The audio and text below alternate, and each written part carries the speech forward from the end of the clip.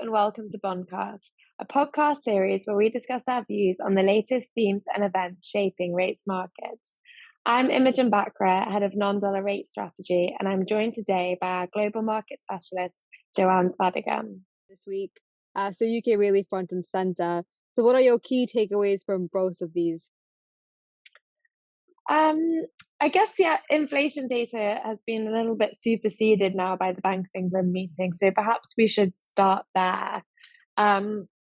We spoke last week about how we expected this to be a relatively unexciting meeting. We were expecting unchanged rates, unchanged kind of formal forward guidance, and an unchanged vote split, which is what was delivered. But the minutes had an incrementally dovish feel about them, I would say. And that's especially true when we consider what did happen with the inflation print this week, which, although headline inflation converged back to target and core inflation was very much in line with expectations, we had another month of upside surprise on the service price inflation print. So it went from 5.9 last month, which already was a big upside surprise, to 5.7% this month versus kind of consensus expectations of 5.5. We here at NatWest had 5.6. So not as big an upside surprise as it was last month, but still an upside surprise. And so that left us thinking that the BOE wouldn't be especially dovish at all today. And in fact, we were a little bit wrong on that. So I would highlight, I guess, three things that I think were, the kind of key elements that markets took a dovish cue from, and I think that they were right to take a dovish cue from. The first was that although we still had the same vote split, so 7 members voted for unchanged rates and 2 voted for a rate cut, exactly the same as before, within that majority 7, there was still a range of views as there were last month. But some of that majority 7 felt that the decision to keep rates on hold this meeting was finely balanced. So importantly, the minutes talk about the number of people that thought that the rate decision was finely balanced as other members. So plural, more than one, but no real detail on how many or who that actually was. At the most hawkish end of the spectrum, it could just be 2. And one of those 2 could be Ben Broadbent, and this was his last meeting. So in effect, that's really only 1 member now this time around. Or it could have been, all 4 of the kind of internal members, Bailey, Pill, Breeden and Broadbent, with just the 3 much more hawkish members, Haskell, Mann, and Green, at the other end of the spectrum, who kind of was still worried about the persistence of inflation. So we don't have a lot of detail on that, but the point is that the wording around the decision being finely balanced makes us feel kind of incrementally closer to a rate cut. And with 2 members already voting for a rate cut, simple maths tells us that it doesn't take that many more votes to get the majority voting in favor of easing. The other 2 key elements was, firstly, that despite that upside surprise on the service price inflation print that I've just been through on Wednesday, and don't forget that it was service price inflation that at least 2 of the majority 7 had kind of elevated to be the key indicator of inflation persistence just 6 weeks ago. In May, both Broadbent and Breeden were clear that for them, service price inflation was the key indicator of inflation persistence. The minutes kind of downplayed the upside surprises that we've had on that data recently. They talked about the volatility in the print. They talked about some of the breakdown of some of the upside surprises and the components that were driving that, and the fact that some of it could be due to, certainly in April, due to one-off effects that were related to, kind of indexing products that only raise their prices once a year. And then the third point, I guess, related to that is that although we have had this elevation of service price inflation to be the key indicator of persistence, actually the minutes really seem to kind of de-emphasize any single data point and instead focus on the collective bigger picture from a range of data prints. The word collective was used in the minutes multiple times. I think we counted 4 times in June compared to not at all in May. So they're definitely taking a more kind of holistic approach to what the data is telling them rather than emphasizing any single data print, which arguably is the right way to be setting monetary policy, with a holistic view of the forward-looking indicators. But like I say, that wasn't really the message from the May meeting, where they'd really elevated the importance of service price inflation. So all in all, I would say an incrementally more dovish meeting, a little bit more dovish than we and the markets were expecting, which probably sort of re-cements our base case for an August rate cut. We'd felt like the probability had diminished somewhat after the upside surprise on services inflation on Wednesday. And I feel like we're probably back to August being less of a marginal base case and now being more of a higher conviction view for the timing of that first rate cut. And thinking about the market a little bit, and what it's done for this week, we've seen a bit of a round trip in yields of the 10-year point of the curve so far this week. Although front end rates are lower and pricing in a little bit more easing. Do you think that looks right to you? Yeah, so the knee-jerk reaction that we've seen today following the BOE meeting is, markets have moved to do exactly what I just said in terms of August becoming a more clear base case. I think markets were pricing in about 10 basis points of rate cuts by August, so less than a 50-50 chance before the meeting. And now at the time of the recording, they priced in about 16 basis points, so more like a 65% chance.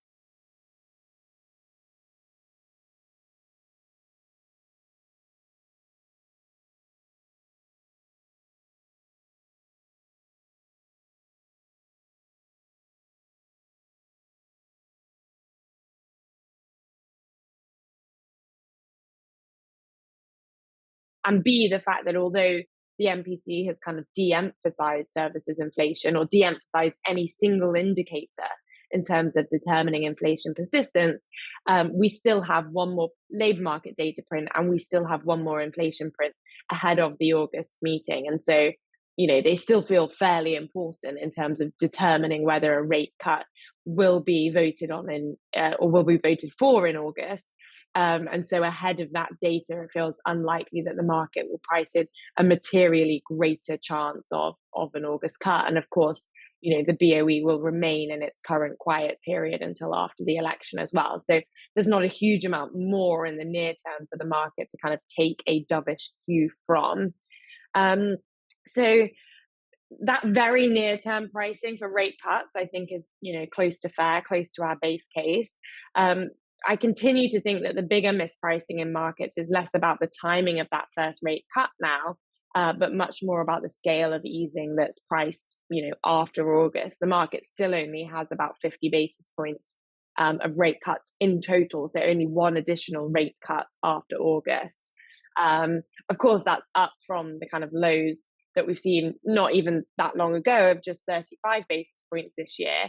But it still seems low, especially now that we have kind of higher confidence around the BOE delivering an August rate cut. I think if, the earlier that they cut rates, the more they're likely to be able to cut for the rest of the year. And so not only do we have a higher degree of confidence in the timing of the cut now, but also a higher degree of confidence in our central scenario that they will cut 3 times. So in August, and then twice thereafter, each 25 basis points. So we have 75 basis points in our base case, which is, one full cut more than the market is pricing in. So I think that is still the bigger mispricing over the next couple of months. But like I say, it's hard to know, or it's hard to see, certainly in the near term, what domestically is going to drive markets towards pricing in, materially more easing. The BOE are in the quiet period. The next set of data, those key labour market and inflation prints, don't come until the middle of July. And by that point, we're only 2 weeks away from the August meeting. I wonder if actually the market needs to see that August cut being delivered and perhaps have some dovish language around it about, this being potentially the start of an easing cycle and the BOE expecting to deliver more rate cuts for it to really move the needle for market pricing to be closer to our base case of 75 basis points than its current kind of 50-ish basis points. That's probably enough on the UK, though, given, like you say, it has broadly been a round trip. So a little bit of volatility and a little bit of excitement, but not huge market moves this week. Let's switch over to Europe, because clearly that has been front and center still. French elections are, the market's key focus right now. They haven't really driven much by way of market moves this week, or certainly not anywhere near like the volatility that we saw last week. But what have you been watching this week? And I suppose what are the updates compared to what we spoke about last week? So, like you said, Imogen, it's been a fairly quiet week compared to last week, and there's not been too much development on the political front.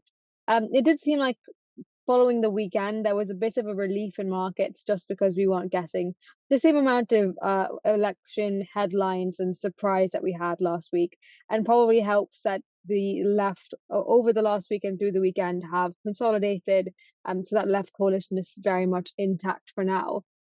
I think one of the things that has been helping the market as well is that it seems like the far right and the far left have been seemingly moderating their stance.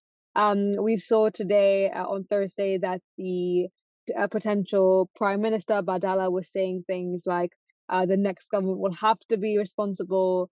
And I think that that potentially is a positive for the fiscal story, which of course I think has been a big focus in France.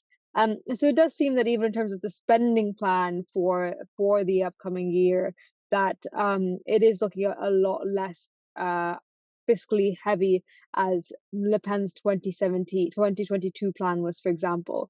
So it does seem like on the fiscal front, there has been some moderation since the weekend, which is also helping the market a little bit.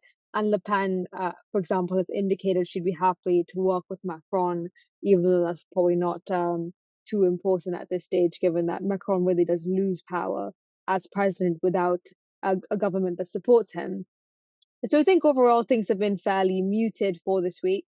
But there's also been developments on the other side with, for example, this week the French EDP has been confirmed that that will be going ahead and that the European Commission will be placing France under an EDP. That's not really a surprise. We obviously knew this was going to happen, but clearly lots of focus on the fiscal front in France. And I think any new government, whether that's the far right or the far left, will find it perhaps a bit difficult to adhere to the European Commission's wants for them in regards to the EDP, as well as them being obviously a bit more EU skeptical than Macron was. So that's kind of the key developments for this week. For next week, we're watching the debate that's going to be happening between the three main parties, and also the long-term auctions that are due. The good news from this week was that the mediums and linker auctions were fairly orderly in France. So it seems like there was enough appetite to take that in. So I think next week's longer term auction will also be in focus for next week. So I think all things considered, a fairly quiet week in terms of French election developments. Friday is still to go, so hopefully nothing happens then, but it seems fairly quiet for now. And just a reminder, when we say EDP, we mean the excessive deficit procedure, which is essentially the European Commission's kind of program for to force governments to improve their fiscal metrics, shall we say. Okay, so a quieter week with less volatile market moves. How does that leave your spread target in light of that? We spoke last week about there perhaps still being some widening pressure in 10-year French bonds versus 10-year German bonds, for example. Do you still think that's the case? So we're maintaining our targets for now. So as we said previously, 75 to 80 is the range we were sort of looking for the spread to get to, and it has got to those levels, I think, a few times over the last 2 weeks. So I think for now that level looks fine.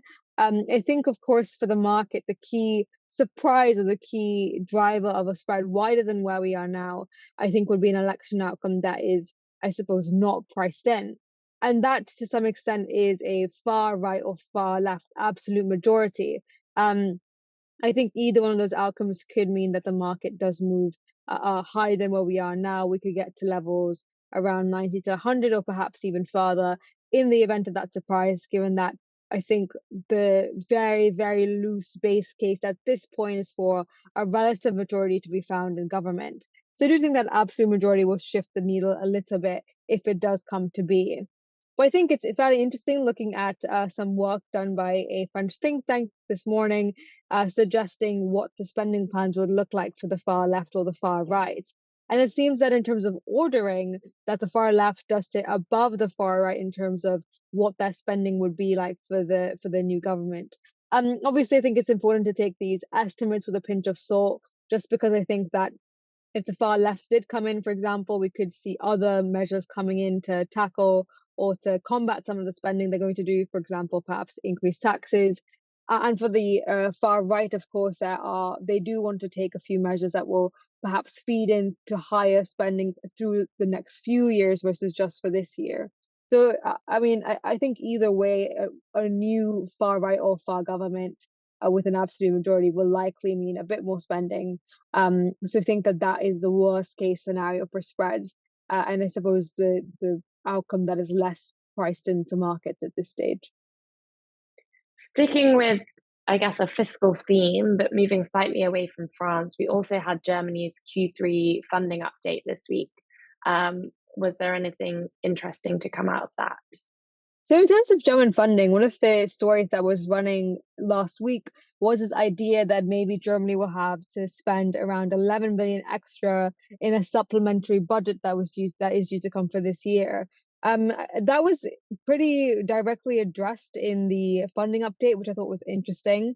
Essentially, 11 billion out of a 275 billion program is a fairly small amount, less than 5%.